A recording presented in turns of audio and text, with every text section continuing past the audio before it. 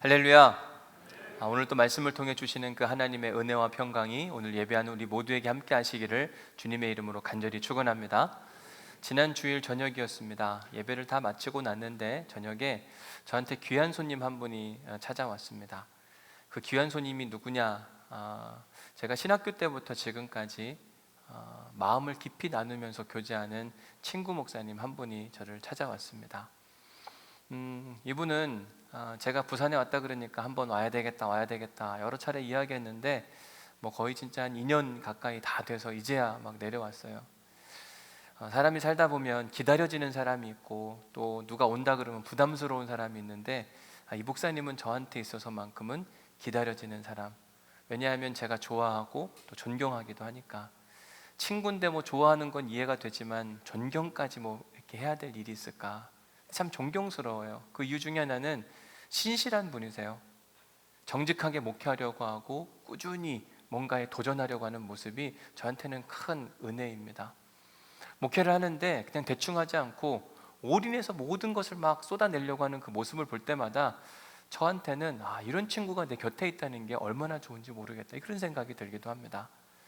지난 2009년 저는 미국에서, 그리고 이 친구는 서울에서 같이 함께 개척을 하게 됩니다. 개척 목회를 하다 보니까 서로가 아프고 어려운 일이 뭔지를 알게 되잖아요. 그래서 서로 자주 이야기를 나눴던 기억들이 있습니다. 그리고 서로 기도 제목을 나누고 그러다 보니까 서로 더 많이 가까워졌던 그런 기억들이 지금도 새록새록 있습니다. 저는 2013년도에 모든 공부를 마치고 한국으로 돌아와야만 했기 때문에 개척 목회를 멈추게 되었고, 이 친구 목사님은 2009년부터 지금까지 만 12년 동안 아주 성실하게 꾸준히 개척 목회를 해오고 있습니다. 개척 목회가 어느 때는 힘들고 어려워요. 그만두고 싶을 때도 참 많을 겁니다. 그래서 일반적으로 목사님들이 개척 목회 아니면 작은 교회 담임 목회하다가 다시 큰 교회 부목사님으로 자주 가곤 합니다. 그런데 이 목사님은 그러지를 않았어요. 처음부터 끝까지 그 신실함을 계속 유지해 오면서 꾸준히 목회를 해왔습니다. 그래서 그런지 교회 개척을 하고 꾸준히 목회하니까 사람들이 모이기 시작하는 거죠.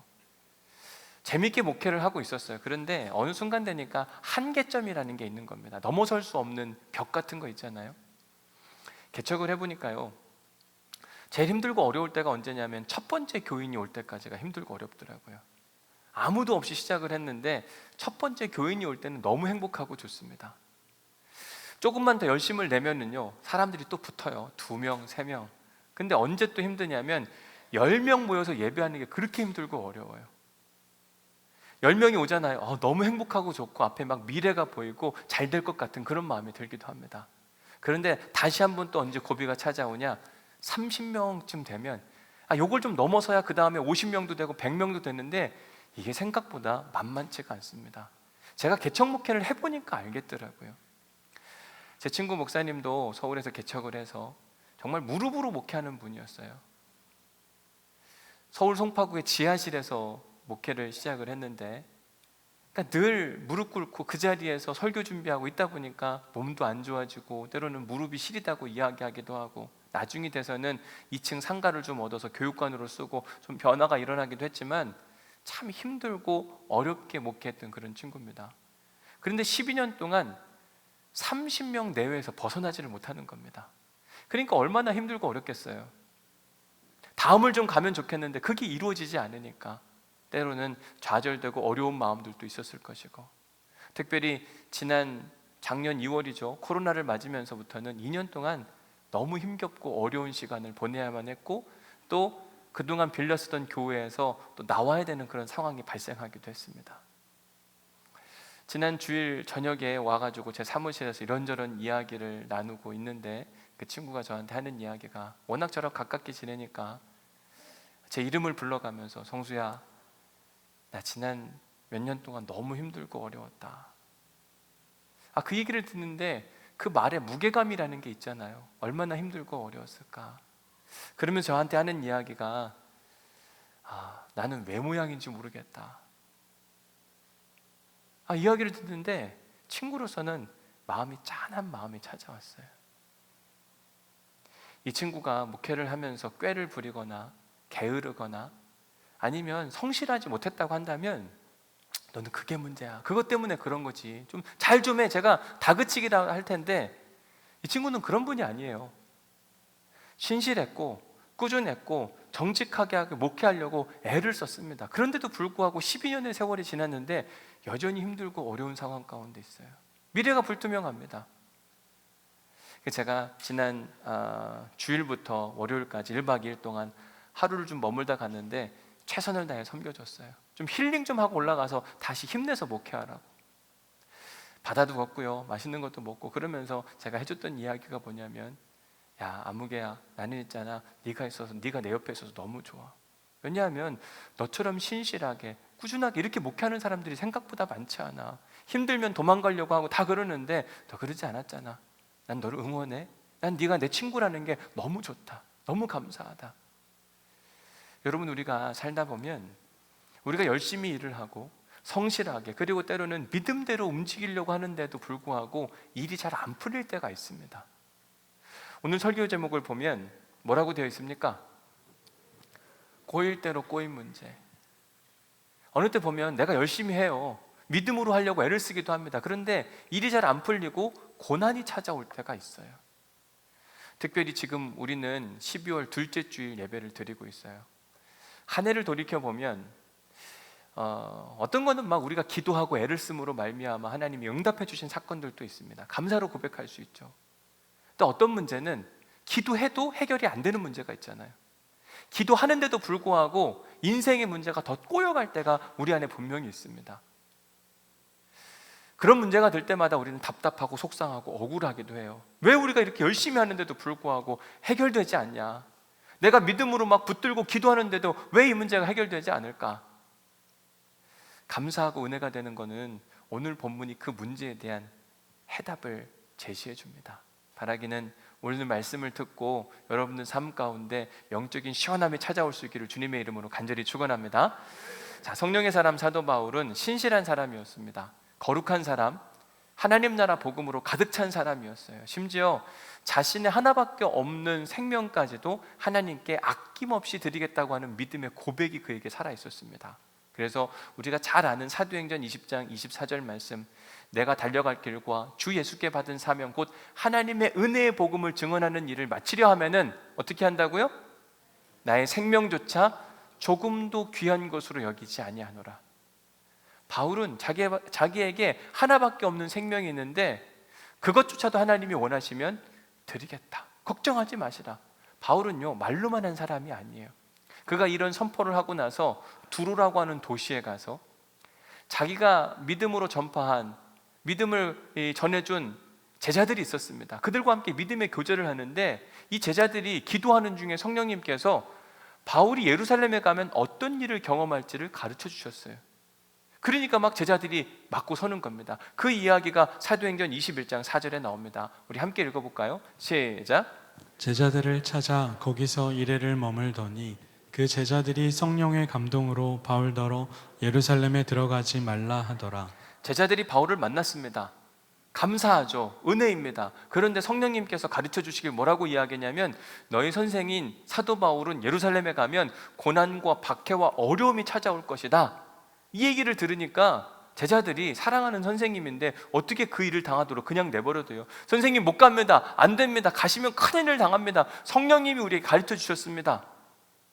그러나 그 이야기를 들은 사도 바울, 내가 예루살렘에 가면 이런 일을 당하겠군요. 나는 그럼 절대로 못 갈 테니까 그럼 우리 여기서 교회를 개척하고 여기서 잘 지냅시다 라고 하지 않았어요. 오히려 사도행전 21장 6절 말씀에 보니까 서로 작별한 후에 그 제자들과 사도 바울이 작별했습니다. 그리고 우리는 사도 바울과 그를 따르던 몇 명의 사람들은 배에 탔어요. 어디에 가려고요? 예루살렘으로 가려고. 그리고 다른 사람들은 자기 집으로 돌아갔다고 이야기합니다. 예루살렘에 가면 자기를 박해하고 어려움이 처할 수 있는 그런 위기의 상황이 찾아온다고 했는데도 불구하고 바울은 자기가 말한 대로 내가 달려갈 길과 주 예수께 받은 사명, 하나님의 복음을 증언하는 일을 마치려 하면은 나의 생명조차 조금도 아끼지 않겠다. 자기가 선포한 대로 바울은 당당하게 나아가는 겁니다. 바울은 이처럼 신실하고 거룩한 사람이었어요. 여러분, 이런 사람이 어떤 일을 계획했다 그러면 하나님이 기뻐하시는 일을 계획했을 거 아니에요. 하나님이 적극적으로 응원하고 도와주시고 그래야 되는데 생각보다 일이 잘 안 풀리는 겁니다. 그가 세운 계획들이 번번이 막히는 거예요. 자, 여러분 로마서 1장 10절 말씀 한번 보겠습니다. 로마서 1장 10절 말씀 같이 읽어볼까요? 시작. 어떻게 하든지 이제 하나님의 뜻 안에서 너희에게로 나아갈 좋은 길 얻기를 구하노라. 성령의 사람 사도 바울은 1차 선교여행, 2차 선교여행, 3차 선교여행 약 10년 동안 곳곳을 돌아다니면서 복음 증거를 했습니다. 그래서 그가 전한 복음의 영향력이 소아시아 일대를 넘어서 마게도냐 그리고 아가야까지, 심지어 로마 제국의 수도인 로마까지 이 복음의 영향력이 흘러 들어가게 됩니다. 특별히 2차 선교여행 때 바울이 고린도라고 하는 도시에 도착을 했는데 거기서 브루스길라와 아굴라, 천막 만드는 사람들을 만나게 됩니다. 그들은 로마로부터 왔는데 로마 제국으로부터 추방을 당했어요.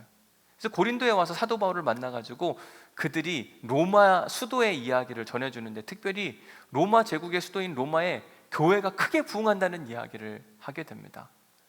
그도 그럴 것이요, 로마 제국에 흩어져 살던 초대교회 성도들이 굉장히 많았습니다. 각각의 이 전도자들로부터 복음을 들었던 사람들이 복음을 듣고 뜨거워진 상태에서 여러 가지 이유 가운데 로마 제국의 수도로 자꾸 모여들기 시작하는 거죠. 정치, 종교, 경제 여러 가지 이유 때문에 수도권으로 자꾸 모여듭니다. 그러면서 그들이 무엇을 했는가? 예배 공동체를 시작하게 된 거예요.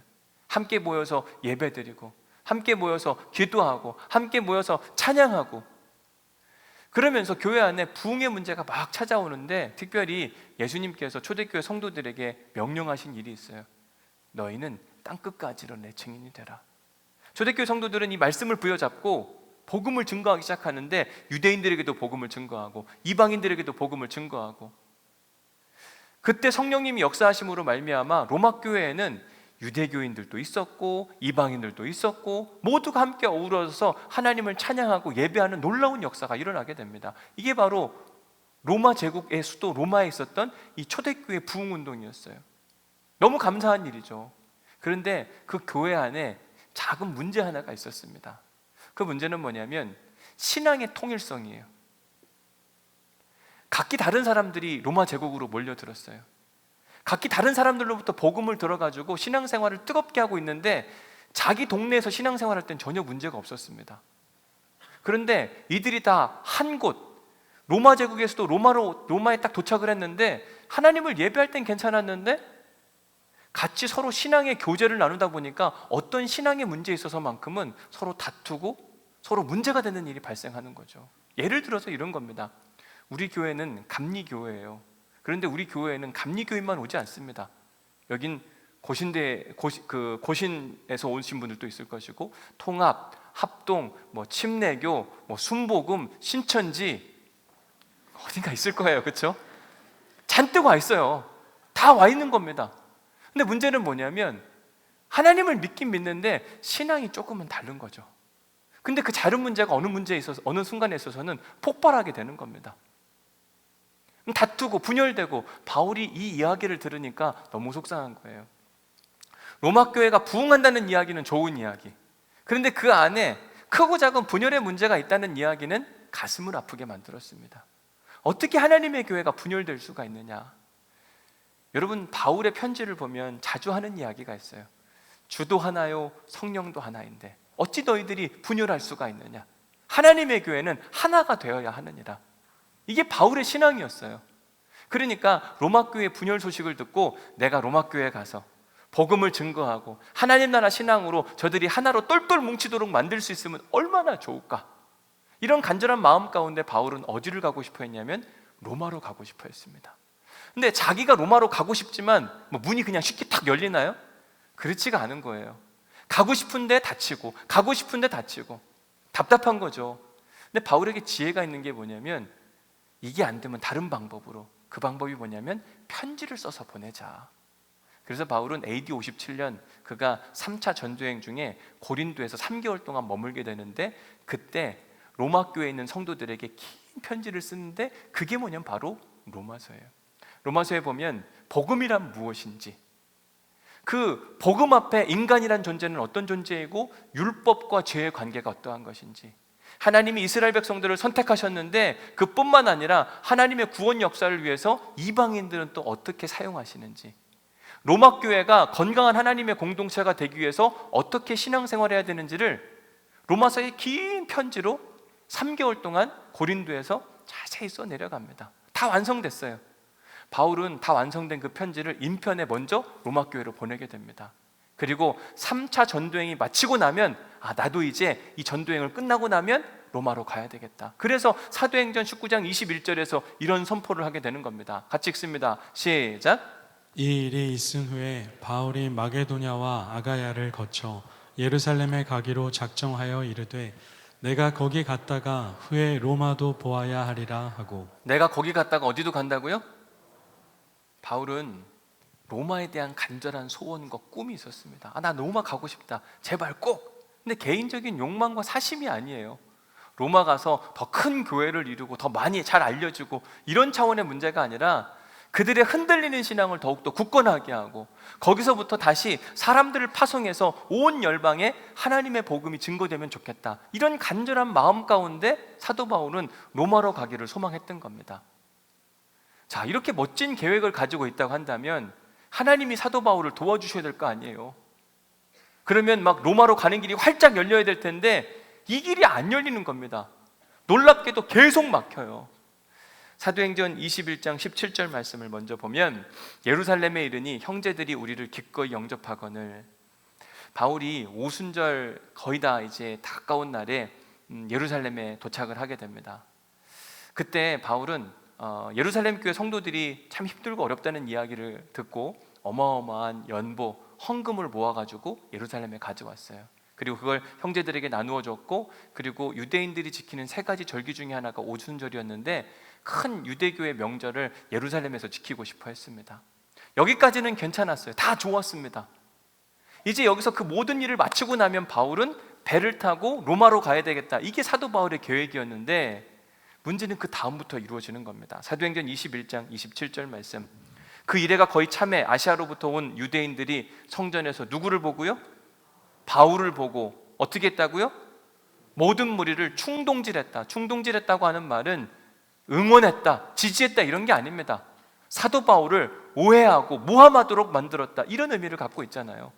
여기서 끝난 게 아니라 21장 31절 말씀 가서 보니까 그들이 바울을 죽이려고 할 때 바울이 오해와 모함을 넘어서 생명의 위협까지 받는 그런 사건들이 나타나기도 하는 겁니다. 다행히 로마의 천부장이었던 글라우디우스가 사도 바울을 잠깐 도와줘요. 괜찮아지는 것 같았습니다. 그런데 22장에 가서 보니까 이 말을 하는 것까지 그들이 듣다가 소리를 질러 이르되 이러한 자는 세상에서 없애버리자. 여기서 이러한 자가 누구냐면 바로 사도 바울을 지칭해요. 바울은 다시 한번 죽음의 위기 가운데 처하게 됩니다. 23장 14절 말씀, 대제사장들과 장로들에게 가서 말하되 우리가 바울을 죽이기 전에는 아무것도 먹지 않기로 굳게 맹세하였으니. 바울은요, 수도 없이 자기를 죽이려고 하는 어둠의 세력 가운데 계속해서 시달려야만 했습니다. 일이 풀리는가 하는데 다시 또 막히고, 일이 뭔가 잘 되는 것 같은 또 막히기도 하고. 우리가 계속 살펴봤던 이 부패한 정치꾼 로마 총독 벨릭스는 뭐를 받을까 하는 거로? 돈을 받을까 하는 거로 몇 년 동안 감옥에 가뒀다 그랬죠? 2년 동안 감옥에 가뒀다 그랬어요. 제가 오늘 설교 준비하면서 사도 바울이 로마로 가고 싶은 계획이 사도행전 18장에 나와요. 간절한 소원이 그 안에 담겨 있습니다. 그때부터 약 2년 동안의 사도 바울의 행적을 좀 뒤져보는데요, 사도 바울의 인생이 잘 안 풀려요. 이렇게도 문제가 되고 저렇게도 문제가 되고 계속 문제가 꼬이면 꼬였지 풀리지가 않는 겁니다. 오늘 본문만 봐도 그래요. 여러분 6절 말씀 함께 읽어보실래요? 시작. 베스도가 그들 가운데서 8일 혹은 10일을 지낸 후 가이사랴로 내려가서 이튿날 재판 자리에 앉고 바울을 데려오라 명하니. 신임 총독 베스도가 예루살렘에서 8일에서 10일 동안 모든 업무를 마치고 자기의 공관이 있었던 가이사랴로 내려가게 됩니다. 그리고 나서 첫 번째 그가 했던 일이 뭐냐면 사도 바울을 데려온 거예요.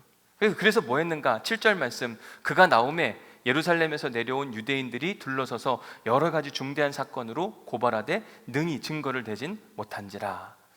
예루살렘에 살던 유대교 리더들이 이 신임 총독 베스도를 따라서 가이사랴까지 내려왔습니다. 그리고 나서 사도 바울을 중범죄자로 막 몰아세우는 겁니다. 고소고발을 막 하는 거죠. 문제는 뭐냐면 다 카더라 뉴스예요. 실제는 없는데 아마 이랬을 것이다. 이놈 나쁜 놈이다. 증거 대봐라. 그건 없는데요. 바울이 너무 속상하고 답답한 거죠. 증거도 없으면 자기를 죄인 취급하는 이들에 대해서 적극적으로 변호하고 났습니다. 우리 8절 말씀 읽어봅니다. 시작. 바울이 변명하여 이르되 유대인의 율법이나 성전이나 가이사에게나 내가 도무지 죄를 범하지 아니하였노라 하니. 보시오, 총독 베스도시여, 나는 말입니다, 저들이 고소하는 내용을 봤을 때 합당하지 않다고 생각합니다. 그 이유 중에 하나가 뭐냐면 저들은 증거가 없지 않습니까? 나는 하나님 앞과 저 유대인들 앞과 심지어 가이사 황제 앞에서도 조금의 잘못한 것도 없습니다. 혹여나 내가 잘못한 게 있다고 한다면 저들에게 증거를 진짜 가져와 보라고 해보십시오. 전혀 없지 않습니까? 이것은 철저하게 저들의 모함일 뿐입니다.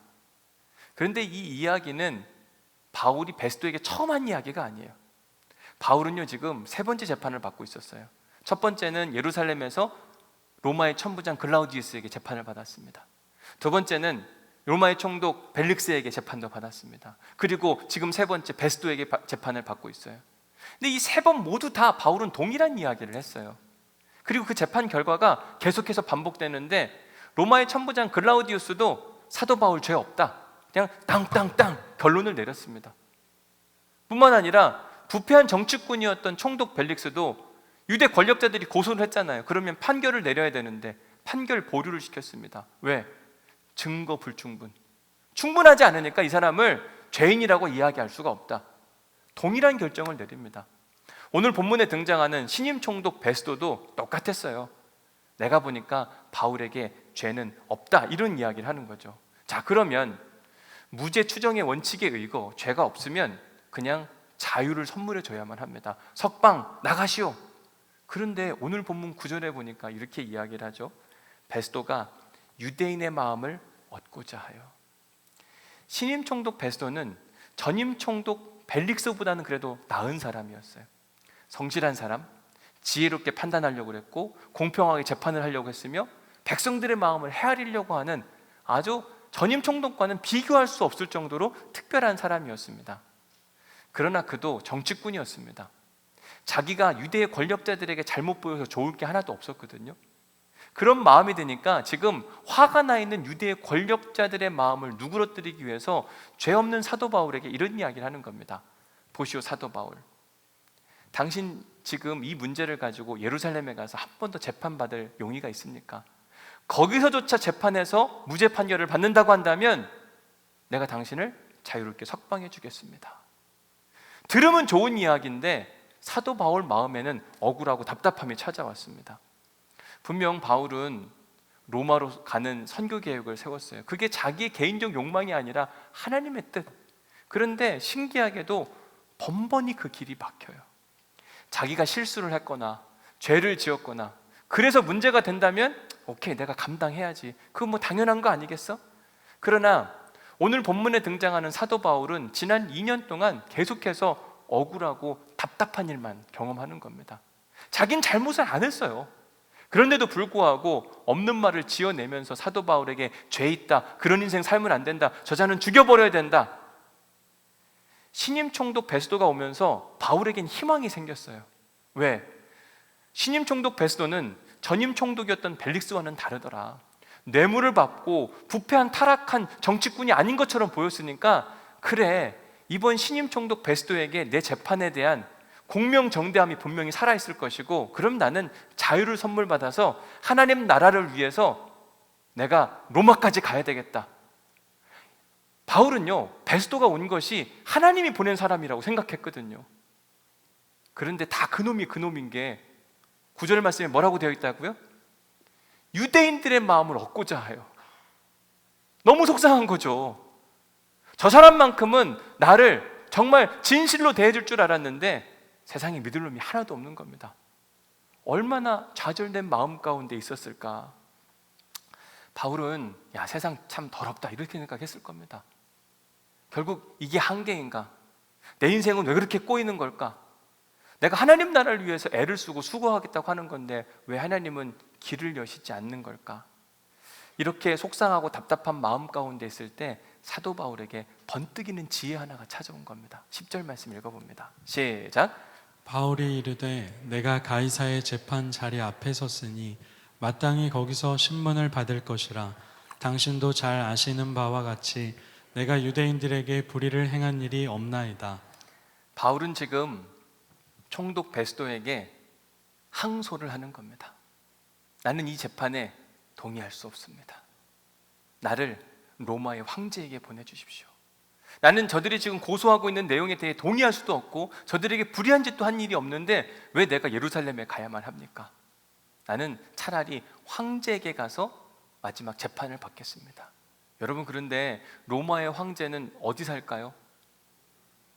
수도에 살 거 아니에요. 로마 제국의 수도인 로마에 살 거 아니에요. 지난 2년까지 바울은요, 간절한 소원이 있었어요. 어디를 그렇게 가고 싶어 했죠? 로마도 보아야 하리라. 바울의 소원은 뭐냐면 제발 로마 가고 싶다. 나 로마 꼭 가야 된다. 간절한 소원이 있었는데 막혔습니다. 안 됐어요. 그런데 지금 생각지도 못한 방법으로 로마 가는 길이 활짝 열린 겁니다. 그래서 12절 말씀에 보니까 베스도가 배석자들과 상의하고 이르되 내가 가이사에게 상소하였으니 어디로 간다고요? 그 가이사가 어디에 있어요? 그러니까 이제 바울은 로마로 갈 수 있게 된 거예요.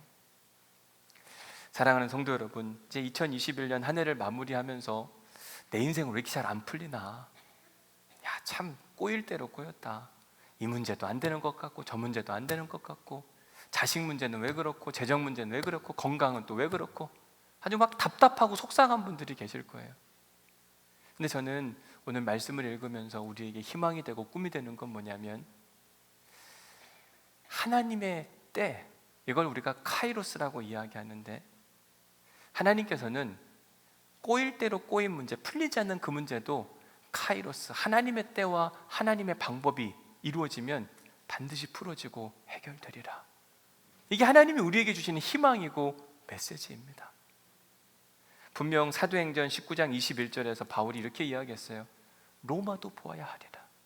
내가 제발 꼭 로마를 가고 싶다. 이때 바울의 소원은요, 개인적인 욕망이 전혀 아니었습니다. 오로지 하나님 나라 확장과 하나님이 원하시는 그 기뻐하시는 일, 이 꿈을 누가 심어주셨는가? 전능하신 하나님이 심어주신 거예요. 그 마음의 확정을 가지고 사람들 앞에 선포했습니다. 로마도 보아야 한다. 나는 그런 소원을 갖고 있다. 그냥 속으로만 갖고 있지 않고 모든 사람들 앞에서 자기 꿈을 이야기했습니다. 그러나 문제는 뭐냐면 예루살렘에 와서 그가 넘어야 될 장벽들이 너무너무 많았습니다. 권력자들의 오해와 모함과 살인의 위협과 거짓말과 매복함과 도무지 이 문제를 스스로 해결할 수 없을 것 같은 그 답답함, 속상함. 바울은 그때 스스로 고민하기를, 야, 내가 꿈을 잘못 꿨나? 왜 이렇게 길이 막히지? 난 분명히 하나님이 기뻐하시는 일을 하려고 애를 쓴다고 생각하는데 왜 이렇게 앞으로 일부 전진이 안 되나? 너무 속상하고 답답한 그 마음. 놀라운 사실은 뭐냐면 이렇게 억울하고 답답해했던 어느 날 밤이었어요. 부활하신 주님께서 사도 바울에게 나타나서 이렇게 이야기하십니다. 사도행전 23장 11절 말씀입니다. 같이 읽어볼게요. 시작. 그날 밤에 주께서 바울 곁에 서서 이르시되 담대하라. 내가 예루살렘에서 나의 일을 증언한 것 같이 로마에서도 증언하여야 하리라 하시니라. 바울이 예루살렘의 깊은 감옥에 갇혀 있을 때 일입니다. 꿈을 꾸고 꿈을 향해 달려가려고 하는데 계속 뭔가 막히고 살해 위협까지 찾아왔던 그날 밤, 주께서 어디에 서서요? 바울 곁에 서서 이야기하시는 거예요. 담대하라! 담대하라는 말은 지금 낙심하고 낭망해 있는 바울의 영적 상태를 이야기하는 겁니다. 분명 꿈을 꾸고 달려가고 있는데 일부 전진이 안 되니까 마음 가운데 낭망함이 찾아온 거예요. 그럴 때 예수님께서 뭐라고 이야기하냐면 담대하라! 너가 예루살렘에서 복음을 증언했듯이 로마에 가서도 복음을 증언하여 하리라. 이때 바울은요, 마음에 확신이 들었어요. 그래, 내가 꾼 꿈이 헛된 몽상이나 내 개인적인 욕망이 아니라 하나님이 주신 꿈이구나. 이 일은 반드시 이루어질 것이다. 어떻게 이루어질지는 모르겠지만 그 일은 반드시 이루어진다. 마음에 기대감이 생긴 거예요. 분명히 상황은 좌절 가운데 있을 수밖에 없는 겁니다. 그런데도 불구하고 그 좌절적인 상황 가운데에서도 희망을 잃어버리지 않았어요. 그러자 하나님께서 그에게 기회를 선물해 주신 겁니다. 제가 설교 서두에 제 친구 목사님에 대한 이야기를 해드렸어요. 성실하고 진실하고 하나님 앞에 엎드리는 목사님인데 왜 이렇게 목회가 잘 안 풀리는가? 그런데 저는 그 친구 목사님에게 해드린 이야기이긴 하지만 저는 소망을 잃어버리지 않습니다. 그 친구 목사님 잘 될 거예요. 잘 돼야만 합니다. 그렇게 성실하게 진실하게 목회하는데 안 되면 어떡해요? 잘 돼야만 해요. 전 계속 기도할 거예요. 아직 그때 하나님의 방법이 찾아오지 않았기 때문인 것이지 하나님이 일하실 걸 전 분명히 믿거든요. 제가 해야 할 일은 끊임없이 기도해주고, 지난주에 전화가 한 통 왔더라고요. 그 카톡이 하나 왔더라고요. 제 사무실에 와서 저랑 이야기 나누다가 사무실 좀 보고 싶다 그러더니 제 책상 위에 주석 성경책이라고 성경책이 두꺼운 책이 하나 놓여 있었는데 이게 뭐냐 저한테 묻더라고요. 이게 설교 준비할 때 내가 자주 쓰는 거야. 그랬더니 그 책이 뭔지 궁금하다고 저한테 카톡을 보냈어요. 그래서 왜 뭐 때문에 그래 그랬더니 나도 하나 사게 그러더라고요. 주소 보내줘. 제가 해드릴 수 있는 게 뭐겠어요? 적극적으로 응원해주고 기도해주고 책 사서 보내주고. 왜냐하면 그분 잘할 거거든요. 잘 되어야만 합니다. 우리도 마찬가지. 우리가 신실하게 정직하게 거룩하게 믿음으로 살아가는데 잘 일이 안 풀린다. 여러분, 하나님의 때가 아직 안 돼서 그런 것뿐입니다. 하나님의 방법이 아직 작동하지 않아서 그런 것뿐이에요. 어느 때는 1년 동안 자녀들 문제 때문에, 부모님 문제 때문에, 건강 문제 때문에, 사업 문제 때문에, 직장 문제 때문에 기도하고 있는데도 불구하고 그 문제가 해결되지 않는 분들이 분명 계실 겁니다. 목사님, 연말이 다가오는데도 이 문제가 해결되지 않고 왜 이렇게 내가 붙들고 기도하는데 이 기도는 응답되지 않는 건가요? 이런 답답함이 찾아올 때 우리가 해야 할 일이 있는데, 그게 뭐냐면 내가 지금 하고 있는 그 기도 제목이 하나님의 뜻과 하나님이 원하시는 계획과 일치하는가를 점검해야만 합니다. 여러분, 하나님이 원하시는 뜻이라면 그 일은 반드시 이루어질 거예요. 그 때와 그 방법을 하나님이 정하시는 겁니다. 그럼 내가 기도하는 제목과 하나님의 뜻, 이걸 우리가 어떻게 구분할 수 있는가? 구분하는 방법이 있어요. 그 방법이 뭐냐면 내가 지금 기도하고 있는 것, 소원하고 있는 것, 그것이 이루어지지 않으면 하나님 손해면 그게 하나님의 뜻인 거예요. 이해가 되세요? 바울이 로마로 가는 거, 로마로 못 가면 바울 손해예요? 하나님 손해예요? 바울은 손해볼 게 전혀 없습니다. 자기 주어진 사명만 하면 돼요.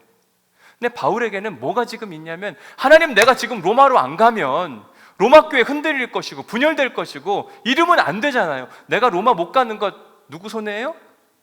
하나님 손해 아닙니까? 그럼 하나님 들어주셔야 되는 거 아닙니까? 그냥 하나님께 맡기는 거예요. 근데 내 소원, 여러분 기도 제목 보면서 내가 원하는 바를 하나님께 아뢰다 보면 하나님하고는 전혀 상관이 없어요. 이거 이루어지면 나만 유익돼요. 그거 누구에 기초한 거예요? 내 욕망에 기초한 거예요. 그건 뭐 하나님의 때와 하나님 방법 상관없어요. 이렇게도 해보고 저렇게도 도전해보고 내가 스스로 이뤄가려고 하고 나중에 이루어지면 내가 기도해서 하나님이 응답하셨다, 그거 아니에요. 여러분들 열심히 해서 한 거예요. 우리가 하나님의 뜻과 내 욕망을 구분하는 가장 좋은 방법은 이 일이 이루어지면 하나님이 기뻐하시는 일, 하나님 나라 확장에 도움되는 일이면 그 하나님께서 안 들어주시겠냐고요. 아직 때가 안 됐기 때문에 못 들어주시는 것뿐이에요.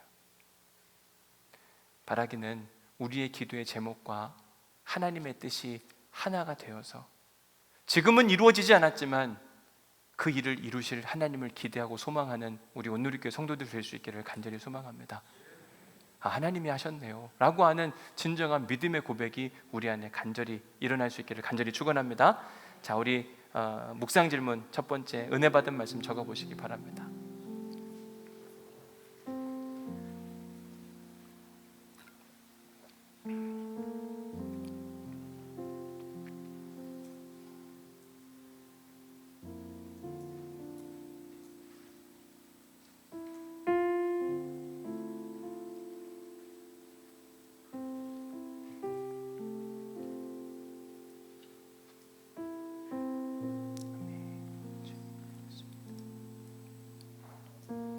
두 번째 묵상 질문입니다. 당신에게는 12월까지도 응답받지 못한 기도 제목이 있습니까? 한번 적어보시겠어요?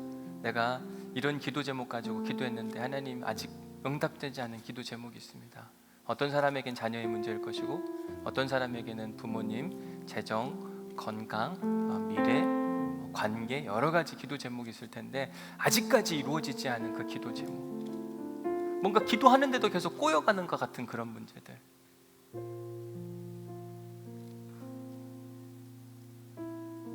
세 번째, 당신의 그 꿈과 기도 제목은 하나님 나라 신앙에 기초한 것입니까? 아니면 개인적인 욕망에 의한 것입니까? 어느 때는 우리 개인적 욕망을 마치 하나님의 것인 것처럼 우리가 투영할 때가 있어요. 어느 한 젊은 학생이 있었어요. 고등학교 학생이었는데 내가 외교관이 되어서 하나님께 영광 돌리고 싶다. 얼마나 좋은 이야기예요. 그런데 그 친구의 이야기는 사실은 내 꿈을 이루기 위해서 하나님을 사용하는 것뿐이었어요. 거짓말하지 말라 그랬어요. 네가 그냥 외교관이 되고 싶은 거지. 뭐 외교관 돼서 하나님 영광 돌리나? 외교관만 하나님 영광 돌리는 거 아니거든요. 다른 일 해도 하나님 영광 돌리는데 마치 우리가 이거 하면 하나님 영광 돌리는 것처럼. 여러분, 우리가 하나님을 이용하는 사람이 아니라 우리가 하나님께 쓰임받는 사람이 되어야만 합니다. 그러면 내 꿈을 위해서 하나님을 이용하는 사람이 아니라 하나님의 꿈을 위해 내가 이용당할 수 있기를 간절히 소망합니다. 그러려면 자꾸 하나님의 꿈과 내 꿈이 같아져야 돼요. 그래서 오늘 함께 부를 찬양이 뭐냐면 원하고 바라고 기도합니다. 이 후렴부에 보니까 이렇게 되어 있어요. 하나님의 꿈이 나의 비전이 되고, 예수님의 성품이 나의 인격이 되고, 성령님의 권능이 나의 능력이 되길 원하고 바라고 기도합니다. 그럴 수 있기를 간절히 축복합니다. 성령님의 권능이 우리에게 찾아오면 안 열릴 게 없는 겁니다. 안 풀릴 게 없는 거예요. 그때가 안 됐을 뿐인 거죠. 하나님 찬양하면서 하나님, 내 꿈을 점검합니다. 내 기도 제목을 점검합니다. 내 꿈과 내 기도 제목이 하나님으로부터 온 것이 되게 하여 주옵소서. 이런 간절한 우리의 믿음의 고백을 담아서 이 찬양을 주님께 올려드리도록 하겠습니다. 이 세상을 살아가는 동안에, 이 세상을 살아가는 동안에 나의 힘을 의지할 수 없으니 기도하고 낙심하지 말 것은 주께서 참 소망이 되심이라. 우리 2절 찬양합니다. 주의 길을 걸어가는 동안에 세상의 것 의지할 수 없으니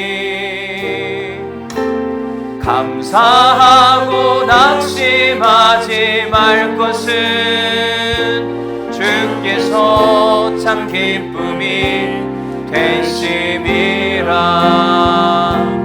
하나님의 꿈이 나의 비전이 되고, 예수님의 성품이 나의 인격이 되고, 성령님의 권능이 나의 능력이 되길 원하고 바라고 기도합니다. 우리 다시 한번 찬양합시다. 이 세상을 살아가는 동안에 나의 힘을 의지할 수 없으니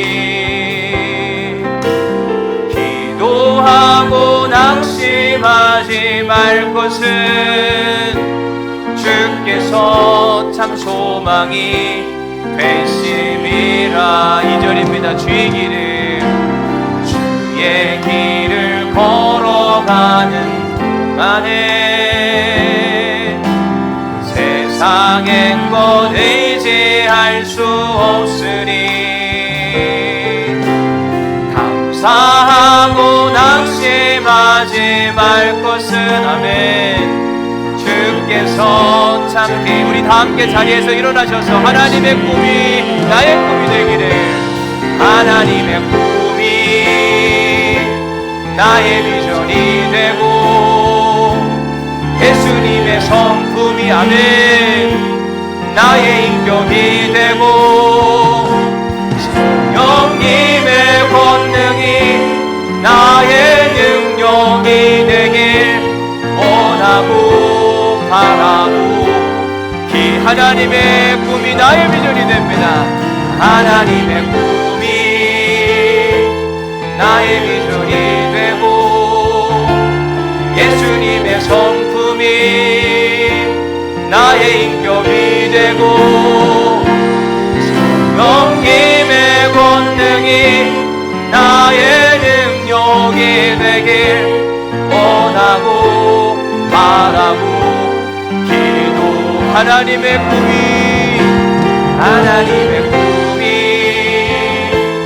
나의 비전이 되고 예수님의 성품이 나의 인격. 그래서 우리 안에 예수님 성령님의 권능이 우리에게 찾아오셔서 우리에게 권능으로 일하여 주옵소서. 바라고 원하고 기도합니다. 하나님의 꿈이 나의 비전이 되고 예수님의 성품이 나의 인격이 되고 성령님의 권능이 나의 능력이 되길 원하고 바라고 기도합니다. 하나님, 우리가 말씀을 들었습니다. 그 말씀이 우리의 것이 되기를 소망합니다. 내 뜻대로 하나님을 사용하지 않게 하시고 주님 뜻대로 우리를 사용하여 주옵소서.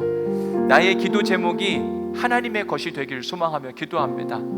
하나님을 바꾸려고 하지 않고 내가 바뀌어질 수 있도록 인도하여 주옵소서. 사도 바울에게 그렇게 간절히 원했던 로마의 길이 활짝 열렸듯이 우리의 기도의 제목들이 활짝 열리게 하여 주옵시고 우리에게 가지고 있는 꿈과 소원들이 생각지도 못한 방법으로 이루어지게 하여 주옵소서.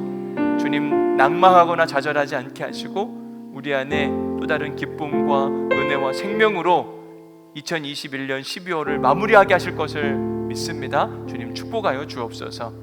이제는 우리 주 예수 그리스도의 은혜와 아버지 하나님의 극진하신 사랑과 성령님의 감동 감화 역사 교통 위로하심이 이제 오늘 말씀을 듣고 마음 가운데 좌절과 낙심이 아니라 어려운 환경 중에도 소망을 바라보고 하나님의 때와 하나님의 방법을 기다리기를 소망하는 우리 사랑하는 모든 성도들 가운데 지금으로부터 영원히 함께 하시기를 간절히 축원하옵나이다.